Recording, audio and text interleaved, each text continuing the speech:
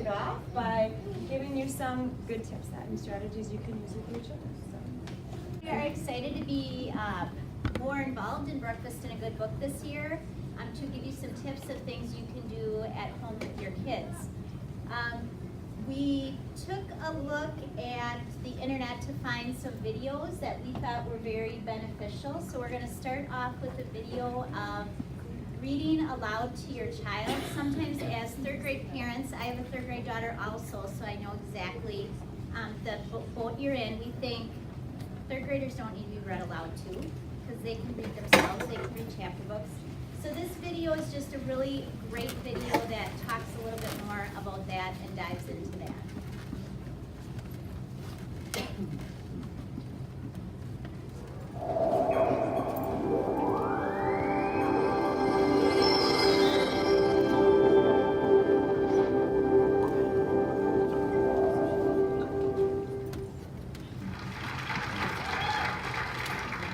15 years ago, I was a teaching artist in the New York City public schools, and one of my projects was adapting and directing a production of Charlotte's Web with a group of third graders at PS 220, the Mott Haven Village School in the South Bronx. As a way to begin our work together, I read aloud the first chapter from E.B. White's famous and beautiful book. As some of us may recall, the story begins with Fern learning that her father, Mr. Arable, is off to the hog house to kill the runt of the litter with his axe. "Please don't kill it," she sobbed. "It's unfair." Mr. Arable stopped walking. "Fern," he said gently, "you will have to learn to control yourself." "Control myself," yelled Fern. "This is a matter of life and death, and you talk about controlling myself?" Tears ran down her cheeks, and she took hold of the axe and tried to pull it out of her father's hand. Well, the pig is saved, and later that morning, Fern discovers a carton on her chair at breakfast. As she approached her chair, the carton wobbled, and there was a scratching noise. Fern looked at her father. Then she lifted the lid of the carton. There, inside, looking up at her, was the newborn pig. It was a white one. The morning light shone through its ears, turning them pink. "He's yours," said Mr. Arable, "saved from an untimely death, and may the good Lord forgive me for this foolishness." Fern couldn't take her eyes off the tiny pig. "Oh," she whispered, "oh, look at him. He's absolutely perfect." She closed the carton carefully. First she kissed her father, then she kissed her mother, then she opened the lid again, lifted the pig out, and held it against her cheek. Well, when I finished reading the chapter, the kids lined up for lunch, and a little boy named Joey tugged on my sleeve and he said, "Miss B, I felt like I was right there. Like I could really see that little pig. I never got inside a book before like that." Well, I was thrilled that Joey was enjoying the story, but to be perfectly honest, at the time, I was much more concerned with how in the world we were going to make all those farm animal costumes just using pillowcases and whether the kids would memorize all their lines or not. They did, and we did. And every time I visited that classroom, the kids couldn't wait for me to read aloud to them again. For all the kids in the audience, would you raise your hand if you really like it when teachers read aloud to you or parents read aloud to you? Or adults, do you remember being read to and loving it? Well, I've been an educator for almost 20 years, and I've read thousands and thousands of pages aloud, and I've never met a group of kids who didn't love it, who were immune to the spell of a great book being read aloud. As a teacher and a mom, I can't think of many things that matter as much as reading aloud to our kids at all ages, at school and at home, because reading aloud gives kids a special kind of access to the transformative power of story and to the experience of what real reading is all about, which is to deeply understand, to think, to learn and discuss big ideas about the world, about the lives of others, and about ourselves. So when I think back to what Joey said to me all those years ago, "Miss B, I felt like I was right there, like I could really see that little pig. I never got inside a book before like that." I'm struck by this idea that reading aloud for Joey made it possible for him to get inside a book, as though before that experience, he was outside. Because Joey's not alone in feeling that way. reading for a lot of kids can feel like a locked building. Without the right key or the right code or the right experiences, they can't get in. They feel like they're outside. Because for some kids, dealing with the code, the tangle of letters and sounds, tricky words and vocabulary, is a more difficult process for any number of reasons. The decoding of words takes up so much brain energy, they don't have a lot of brain space left over to actually take in the story or the meaning. For other kids, the decoding isn't so difficult, but it can sometimes feel like they're just translating words across a page, like how I might do with a medical textbook or a medical journal. I could translate or decode the words, but I wouldn't be able to understand them or think or talk about them. How many of us here have found ourselves halfway down a page only to realize, I have no idea what I just read?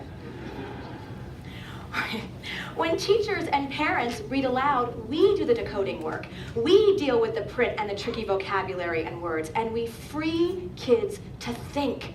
So they can use all their brain energy to imagine the story and learn new information. So all children listening have access to the amazing reading party happening inside the building. And we want kids to get in the building and get to the party and stay there, even while they're still strengthening their decoding or comprehension or vocabulary muscles in books they can read on their own. Because even when kids are reading on their own, reading aloud to them has a tremendous impact on their independent reading lives. Because when kids go back to their own books, they know that words should come alive in their brains as they read. They know that real readers pause to wonder, think, ask questions. They know that real readers let the stories affect them, maybe even change them. Because the way that we stop and react to something that we read aloud gives us an opportunity to model compassion, to wonder aloud in a genuine way about a choice a character or a community made. When we read aloud, we can help kids walk in the shoes of people who might be radically different from themselves, or see reflections of themselves, which might make them feel less alone or more hopeful. What happens when we walk in the shoes of Kek, a young refugee from Sudan who comes to Minnesota after seeing his brother and father killed in a war? What can we learn from Augie, who was born with a rare facial anomaly? Or Delphine, who's 11 years old and goes to Oakland, California in 1968 to meet her mom for the first time, who's active in the Black Panther Party? Or Anne-Marie, who helps her best friend escape to Denmark during the Holocaust. We can give kids access to stories and books and ideas and information that they otherwise might not get a chance to explore, or explore as deeply. And finally, reading aloud gives us a chance to look up from our screens, our phones, our computers, to connect with each other through the simple act of reading and talking together. When we read aloud at school, we're often gathered together in one place, and we're teaching kids how to talk together, how to listen, how to look each other in the eye and say, what do you think? To say, I think differently and here's why. But we're also creating moments of connectedness and joy in our classrooms on a daily basis. And at home, it's a chance to carve out a time when we're not on our phones, but we're entirely focused on our kids, where we pull up alongside them and read and talk together, even when they can't sit in our laps anymore, even and perhaps especially when they'd rather be on their phones, even when they're not 3 or 4, but they're 8, 10, 12, a teenager, and they might not be as inclined to share so much with us anymore. Having a book to lean on can help us get inside them. In her new book, Reclaiming Conversation, Sherry Turkle reminds us how essential face-to-face conversation is. She says we're tempted to think that our little sips of online connection add up to a big gulp of real conversation, but they don't. I believe that reading aloud together provides an opportunity for a big gulp, for a chance to connect and talk together in consistent, meaningful ways. So the kids not only fall in love with books and reading and get better at it, but they also learn to think deeply, to consider other points of view. They learn to listen, and they learn to look up. Thank you.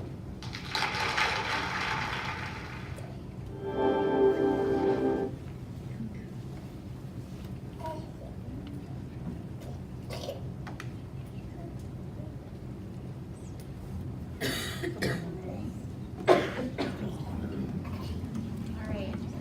Okay. So I hope you found that a little bit inspiring. I know I have a teenager at home also who we use books to talk about some character things that maybe we're not always comfortable talking about, but it's a great way to open up conversation, especially with those pieces like wonder and how to accept everybody for who they are. So it's a really big deal. And I know sometimes we think that reading aloud is just an itty bitty thing. It's not. It's a great way to open up conversations and to build a connection with each other. So you're going to be seeing in the next few weeks, starting on Monday, your child has been given a reading level. So we have read with every single child, and they have a very specific reading level for them. So these are texts that they will be successful at, and these are texts that are going to build their reading skills. You're going to be getting kind of a grown-up book in a bag coming home, because they had these from little on, but now they're going to be getting a third grade version. So what you need to do is when this comes home on a Monday, or hopefully early in the week, it might not always be a Monday, so be a little flexible, but this will come home. Here's Braylon. So what you're going to do is you're going to look inside, and there is going to be a red sheet. You'll see it in a little bit. And then there's going to be a book inside that is at your child's level. I want you to read it. Go ahead and you're going to ask 3 to 4 questions about the book. On the back side of the red sheet that will be in here, they're just waiting to get laminated. There's going to be some guidance for you. Different questions that you can just ask. You don't have to do any kind of brain work. They're right there for you. Because we don't always know how to read with our kids. We don't know how to ask the questions. We might say, hey, what happened? Or same thing at the end of the day. How was your day? Good, okay. But don't accept that. Ask for more. Build those vocabulary pieces with your child. So after you're going to read the book, well, they're going to read it aloud to you. Maybe you're going to read a page to them. Maybe they're going to read a page to you. Whatever works for your family. If they're really struggling, hop in, help them out, okay? We want this to be an enjoyable experience. If there's any kind of fight, fuss, put it away. This isn't the purpose of reading. We want them to be lifelong readers and enjoy it. So what you're going to do is you're going to get it home early in the week, send it back by Friday so we can get it out of there and get a new one into your child's hands. If it is too hard, if you really feel like this is a struggle, put a note on it, send it back and say, hey, this was maybe a little bit tough. Maybe you're going to do that without your child even knowing. We want them to build confidence. A new book will come home on Monday. At least one read should be done aloud. You might read this book 2 times, 3 times, and to us that might be boring, but to them you are building fluency, you're building confidence, you're building voice, you're building understanding. So you're doing a ton of things and you're really not even knowing it. You might be bored out of your mind because you've heard about this character, but that's okay. And you're going to then learn how to ask more questions. And then hopefully it's going to open up maybe a piece of their day that they weren't ready to share with you, but now the door is open and they want to talk. And that's what we want from our kids. Put the screens away and talk. Feel free, read it multiple times. You're going to increase all those things. If the book seems difficult, feel free to read alternate pages, go back and forth. Maybe you're going to be a voice, they're going to be a voice. And adjust as needed to meet your family's needs. Families are busy, I get it, I have 3 kids too. It's busy. If you can't do it on a Monday, do it on a Tuesday. Once they've read their book and you feel really good about it, have them pick something else they want to read. Okay, this isn't like a reading sentence. Okay, like make it enjoyable. Read it a few times and then grab something that they get to pick. Okay? All right. Now going back a little bit to the video that we watched, just a few more tips for reading aloud. The book bags will come home once a week, and then on the other nights of the week, as you already know, they have the reading for 20 minutes. So these are just some tips for reading aloud. If you want to read a chapter book or a picture book aloud to your kid, that could count as part of your 20 minutes of reading for the night.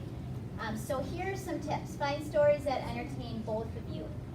Maybe you're into history, maybe your family's into history and you want to read a book about historical things that have happened in the past.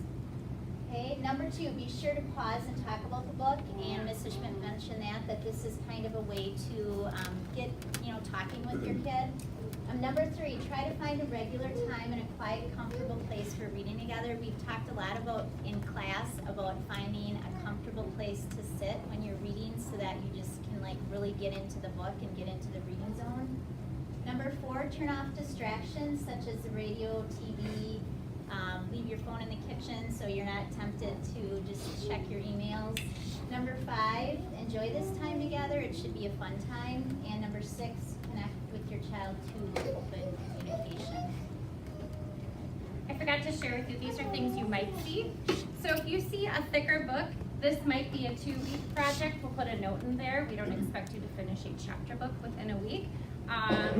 They could be leveled readers, quick short reads that are going to be great for your child. They might be a level at or level above depending on what we feel is appropriate for their reading. This is a great resource we're lucky enough to get. It's Storyworks, super cool magazine. So if you can get into this, it's really fun. Or it might be a great picture book. A lot of times kids think that the easy part of the library is a place they don't want to go because that's for littles.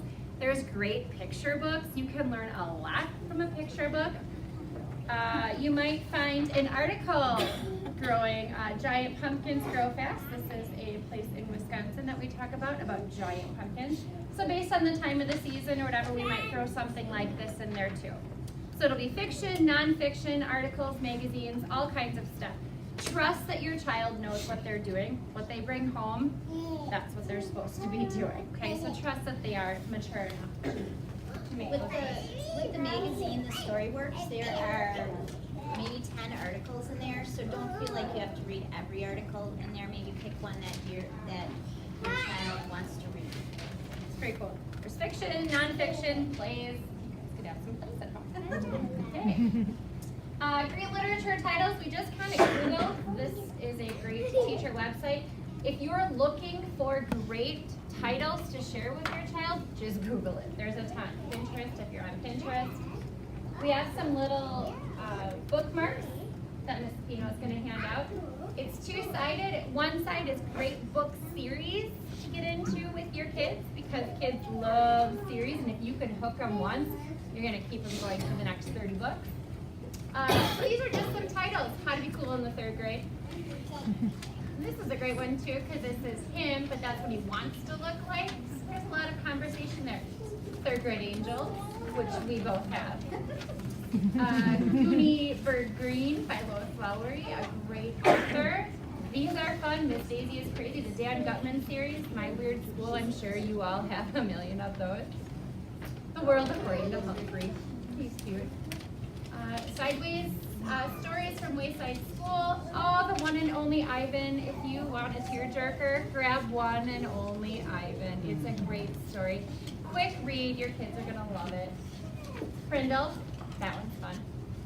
And the Who Was series. This is a great way to integrate nonfiction into the fiction world. They're learning about famous people. I Survived. I'm sure a lot of you have seen these before. Great Times, Hard Times in History. That's made into a children's book. So everyone's a kid. Lemonade War. All kinds of stuff. So if you get a chance to check out some great children's literature titles, just do a Google search. All right. And then our last thing that our part of the Breakfast and Reading book we want to leave you with is just some information that we found that why can't I skip my 20 minutes of reading tonight? If we had 3 students, student A reads their 20 minutes every day, so they would have 3,600 minutes in a school year. So they would have read 1,800,000 800,000 words in a school year. Student B reads for 5 minutes each day. They would have read 900 minutes in a school year and 282,000 words. And then student C, they read 1 minute a day. They would have read 180 minutes in a school year and 8,000 words. So by the end of 6th grade, student A would have read for the equivalent of 60 whole school days. Student B, 12. And then it just has some questions. Which student would you expect to have a better vocabulary? And which one would you expect to be more successful in school and in life? So we just want to reiterate the importance of reading and enjoying it. And then also those conversations that you can have with kids, especially now that they're getting a little older in 3rd grade.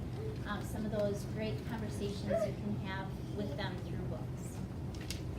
So I think that's it for our